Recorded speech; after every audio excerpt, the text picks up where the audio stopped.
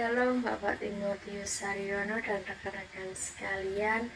Nama saya Yana Kumara Kristanti, Prodi Manajemen dari Universitas Duta Bangsa Surakarta, yang hari ini ditugaskan untuk menyampaikan renungan kebenaran firman Tuhan dan juga kesaksian di dalam hidup saya.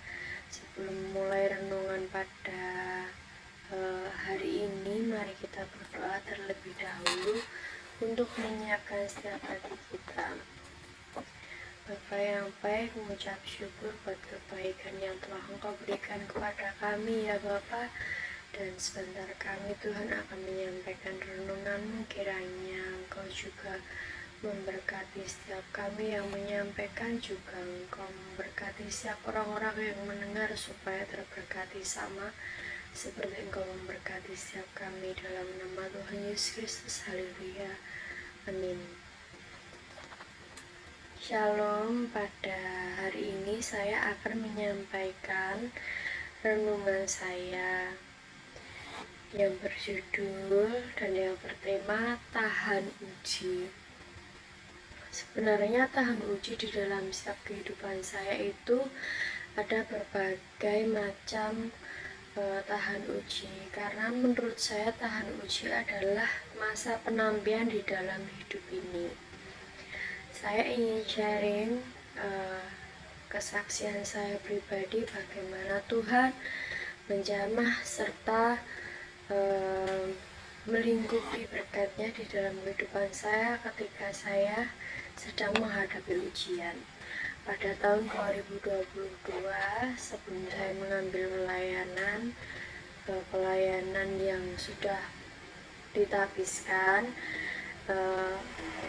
saya bergesekan pendapat dengan sama pelayan, yang dimana hingga beberapa waktu, hingga 1 sampai 2 bulan, akhirnya saya mengundurkan diri dari pelayanan karena tidak sanggupnya atau tidak kuatnya tahan uji tersebut.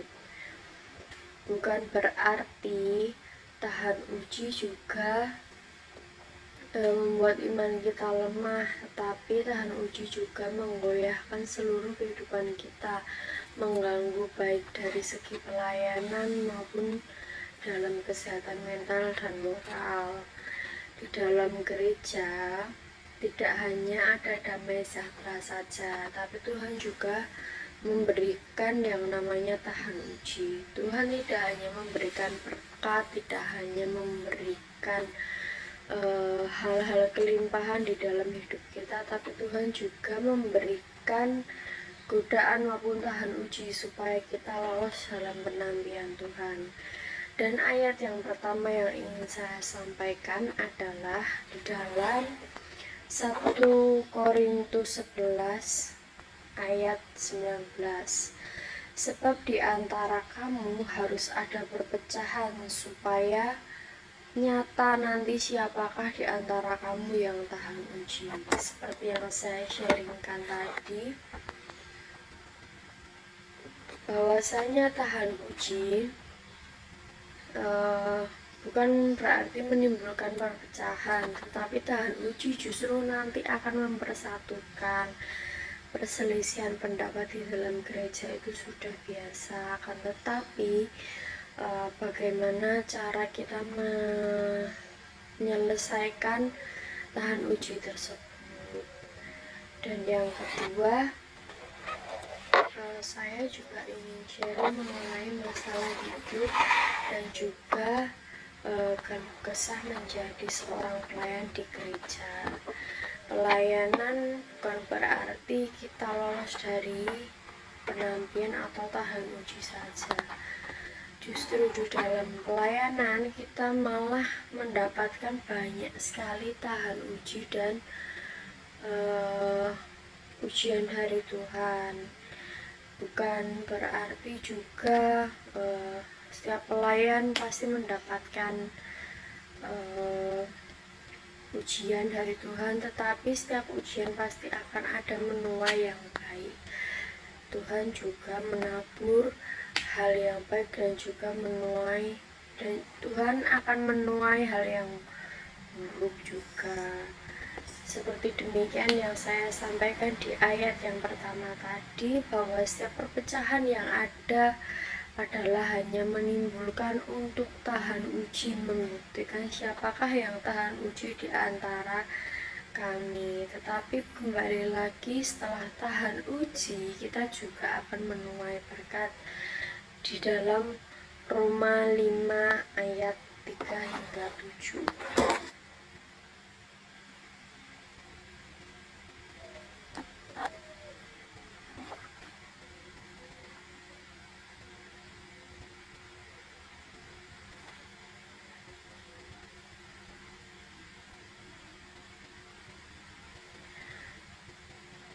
Saya bacakan Roma 3 ayat Roma 5 ayat 3 hingga 7.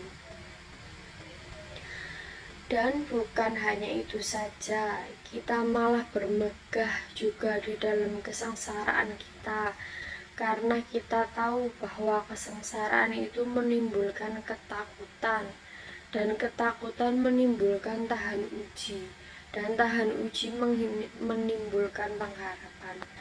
Dari ayat kedua, ayat 3 hingga 4 ini dapat disimpulkan bahwasanya tahan uji menimbulkan pengharapan, karena dalam ujian hidup kita pasti akan mendapati yang namanya kita pasti akan berdoa, berserah kepada Tuhan, menyerahkan segala sesuatu di dalam Tuhan. Dan yang ayat selanjutnya 5 hingga 7 adalah, dan pengharapan tidak mengecewakan, karena kasih Allah telah dicurahkan di dalam hati kita oleh Roh Kudus yang telah dikaruniakan kepada kita. Karena waktu kita masih lemah, Kristus telah mati untuk kita, orang-orang yang durhaka, pada waktu yang ditentukan oleh Allah. Sebab tidak mudah seorang mau mati untuk orang yang benar, tetapi mungkin untuk orang yang baik ada orang yang berani mati. Yesus berani mati untuk kita semua, karena di dalam masa penantian hidupnya dia ingin membuktikan kepada Allah bahwa pengharapannya yang kekal tidak akan mengkhianati hasil tuaian dari Allah. Dan ayat selanjutnya adalah dari 2 Korintus 13 ayat 5.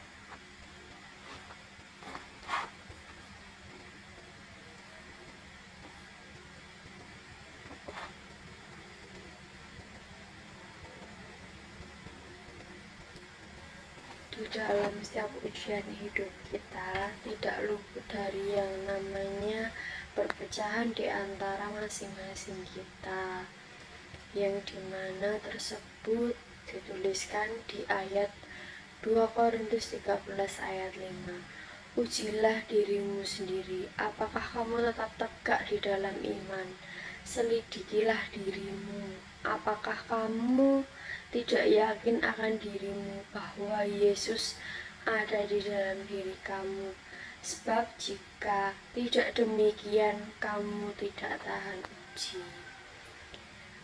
Dari ayat ini banyak sekali yang dapat saya sharingkan, terutama dalam siap menghadapi masalah. Apalagi saya juga seorang mahasiswa, pasti banyak sekali menghadapi masalah di dalam kehidupan kemahasiswaan ini. Tapi saya selalu menjadikan 2 Korintus 13 ayat 5 menjadi dasar iman saya, bahwasanya setiap proses penantian tahan uji adalah akan menuai pengharapan yang baik dari Allah saja.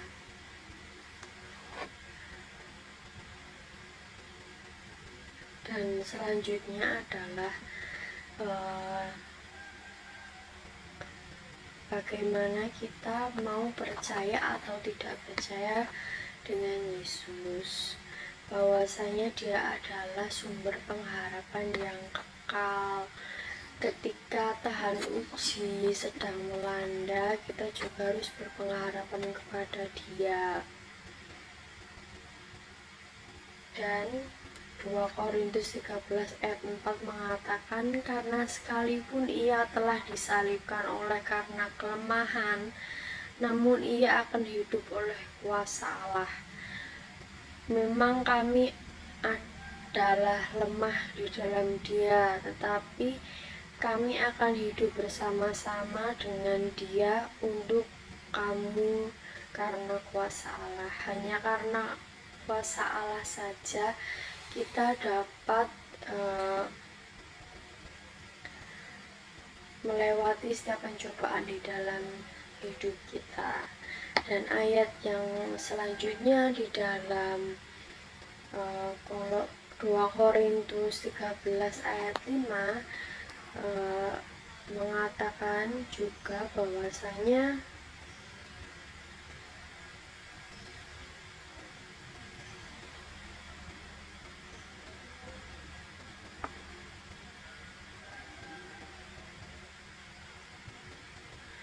Dua Korintus 3 ayat 7.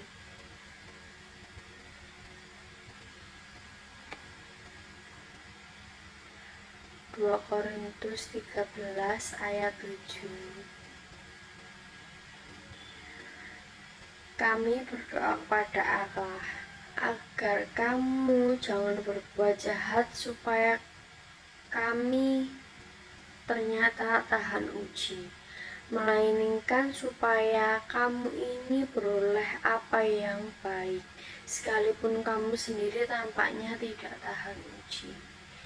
Di ayat ini juga mengatakan bahwasanya setiap proses penampian boleh saya ibaratkan ketika ada yang menampi padi, waktu digesek tetapi padi tersebut ditiup lalu keluar dari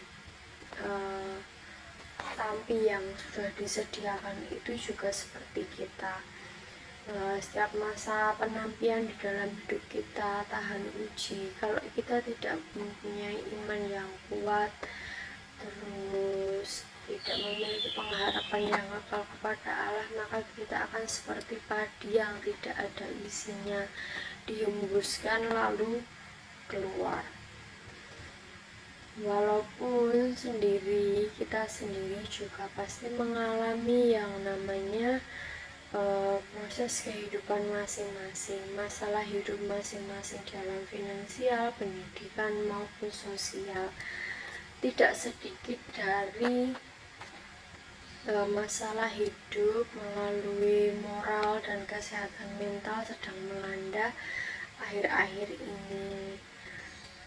Bukan berarti juga Tuhan meninggalkan kita, tetapi Tuhan sedang memberikan proses kehidupan kita supaya kita mau berpengharapan kepada Allah dan menyerahkan segala sesuatunya kepada Allah.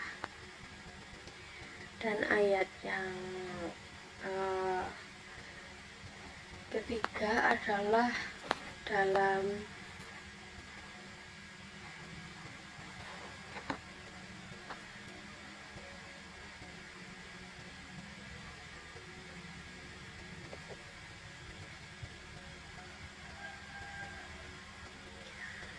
ayat yang kedua adalah di dalam Yakobus 1 ayat yang ke-12. Berbahagialah orang yang bertahan di dalam pencobaan, sebab apabila ia tahan uji, ia akan menerima mahkota yang dijanjikan Allah kepada barang siapa yang mengasihi Dia. Seperti ayat di dalam 2 Korintus 13 ayat 7 tadi juga mengatakan bahwasanya setiap orang yang lolos dari proses penampian itu akan dijanjikan kepada Allah untuk menerima upahnya, dan itu juga berlaku untuk orang percaya dan orang yang mengasihi Dia.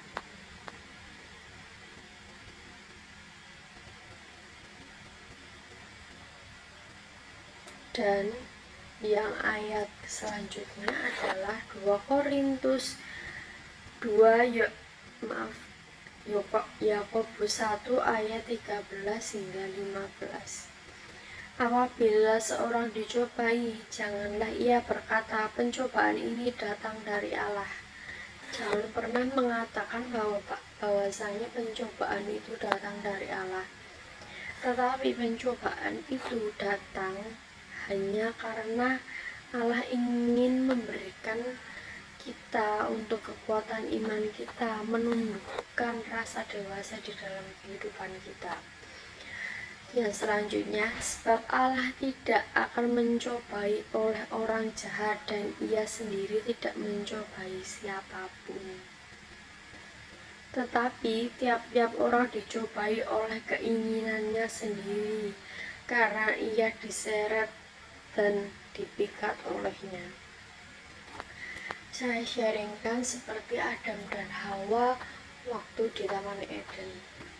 Sebenarnya Tuhan tidak memberikan pencobaan melalui apel yang pengetahuan buah yang baik dan yang jahat, tetapi ular yang menggoda dia supaya dia memakan buah tersebut.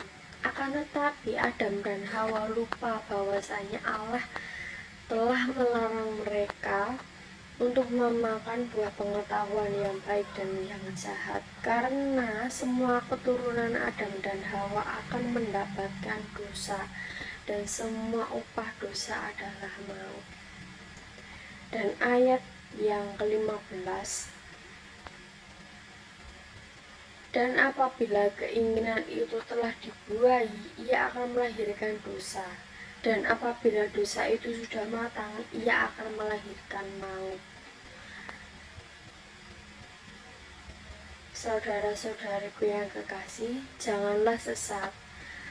Setiap pemberian yang baik dan di setiap anugerah yang sempurna didatangkannya dari atas, diturunkannya dari Bapa segala terang. Padanya tidak akan ada perubahan atau bayaran ketika pertukaran.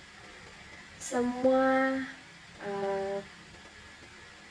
kebaikan kita, hal-hal yang kita perbuat, baik dari pelayanan maupun dalam kehidupan sehari-hari, yang kita sudah anggap baik dan benar, tetapi itu belum tentu layak di hadapan Allah.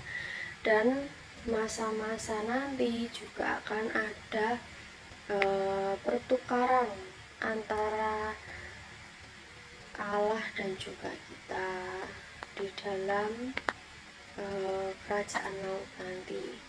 Dan yang terakhir, atas kehendaknya Ia sendiri menjadikan kita oleh firman dan kebenaran, supaya kita pada yang tertentu menjadi anak sulung di antara semua ciptaannya. Yang dimaksud di ayat terakhir 18 ini adalah seperti Yesus Kristus.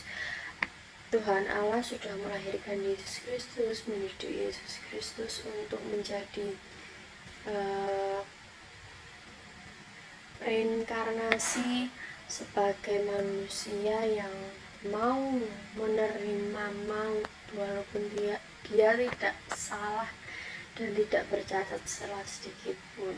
Seperti Yesus waktu berdoa sebelum dieksekusi, dia juga berdoa bersama beberapa nabi yang di situ Tuhan juga mendapatkan tahun uji kepada Allah. Tuhan Yesus sampai berkeringat seperti bercucuran darah karena ia sangat menghadapi maut di depan mata, tetapi kembali lagi dia berdoa hingga meneteskan darahnya, dan juga dia berpengharapan kepada Allah. Dan di saat ia disalibkan, dia juga bilang kepada Allah, mengapa Tuhan memberikan cobaan ini?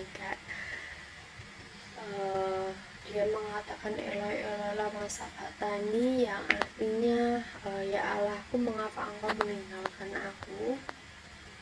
Itu adalah bukan karena Allah tidak mengasihi Yesus, tapi Yesus adalah utusan Allah yang ingin diberikan kepada manusia, supaya manusia dapat mengevaluasi setiap dirinya.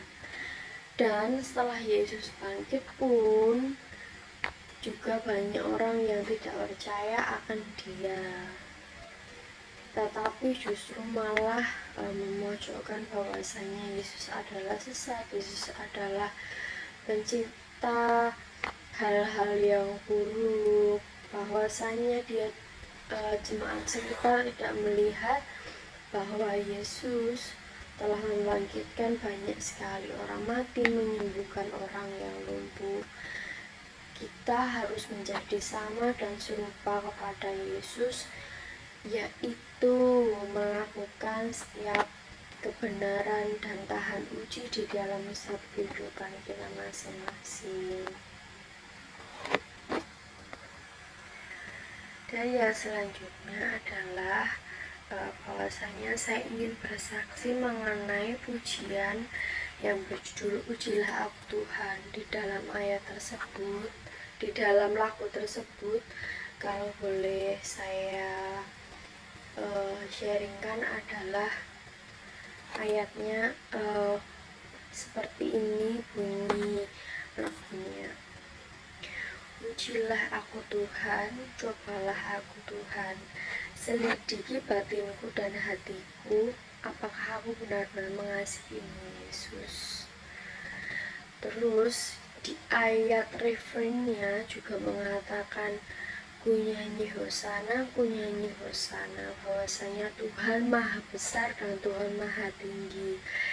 Di dalam lagu tersebut juga banyak sekali renungan di dalam kehidupan kita masing-masing. Mari kita sama-sama mengevaluasi diri masing-masing di dalam Yesus. Apakah kita sudah layak di hadapannya? Apakah kita belum? Apakah kita gagal karena kita tidak tahan uji? Di dalam Roma 16 ayat 17 hingga 24, Tuhan juga menyatakan peringatannya akan pelayanan, seperti yang kesaksian saya tadi, bahwasanya di dalam setiap pelayanan kita tidak akan luput dari yang namanya gesekan satu dengan yang lain.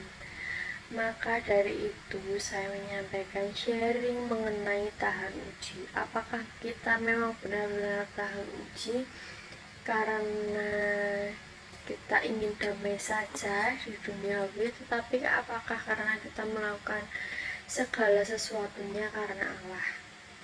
Peringatan tersebut dituliskan dalam Roma 16 ayat 17 hingga 24. Saya bacakan.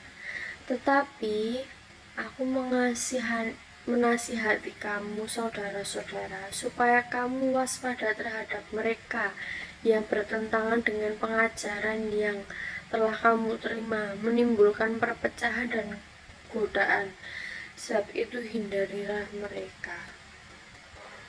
Mari kita sama-sama menghindari juga ajaran-ajaran sesat yang saat ini telah disampaikan oleh beberapa gereja yang tidak ada valid, tidak ada kebenaran, melakukan perjamuan-perjamuan yang tidak semestinya diajarkan dalam kekristenan dan Protestan dalam setiap agama kami, agama kita.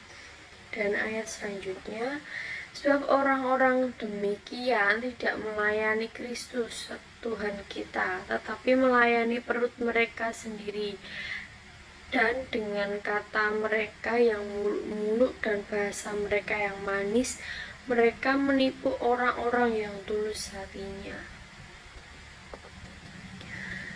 Banyak sekali pengajaran yang saat-saat ini viral, contohnya ada di platform media TikTok. Terdapat pendeta yang melakukan live streaming, tetapi dia juga meminta bahwasanya take and give. Saat ia memberikan firman Tuhan, ia juga berharap mendapatkan balasan berupa gift dari penonton. Nah, itu menjadi bahan evaluasi kita juga, bahwasanya take and give itu tidak berlaku untuk dalam pelayanan, karena kita memberi untuk Tuhan, bukan untuk diri kita sendiri, bukan untuk mengenyangkan perut kita, tetapi untuk mengenyangkan nanti kita waktu di dalam kehidupan yang kekal. Tidak ada kehidupan yang kekal tanpa melewati proses penampian. Saat kita mati nanti, Tuhan Allah telah menyediakan proses penampian, timbangan bagaimana kita melakukan perbuatan yang baik, yang berkenan kepada Allah, yang tidak berkenan kepada Allah. Saat itu yang namanya proses penampian. Setelah kita lolos dari proses penampian, kita akan menerima hidup yang kekal bersama Yesus. Dan ayat yang selanjutnya, kabarkanlah tentang ketaatanmu telah terdengar oleh semua orang, sebab itu sukacita tentang kamu, tetapi ingin hidup supaya bijaksana terhadap apa yang baik dan bersih terhadap apa yang jahat. Kita harus mengabarkan hal-hal yang baik kepada sesama. Kita harus menceritakan hal-hal yang baik terhadap sesama, walaupun saat ini kita belum sempurna, tapi kita juga harus memberikan yang terbaik juga untuk sesama, dengan men-sharingkan bagaimana pelayanan kita, bagaimana hal-hal yang baik terhadap kita di gereja. Kita juga harus sharingkan kepada rekan-rekan kita semua. Dan yang selanjutnya adalah semoga Allah sumber damai sejahtera segera akan mencurahkan iblis di bawah kakimu. Kasih karunia Yesus Tuhan kita menyertai kamu. Salam kepada dari Timotius, temanku sekerja, dan Luikas, Yosen, dan Sesi Peter, teman-teman sebangsa. Salam kepada kamu Tertitus, yaitu aku yang menulis surat ini, yang menulis surat Roma 16 ayat 17 hingga 24. Dan yang selanjutnya adalah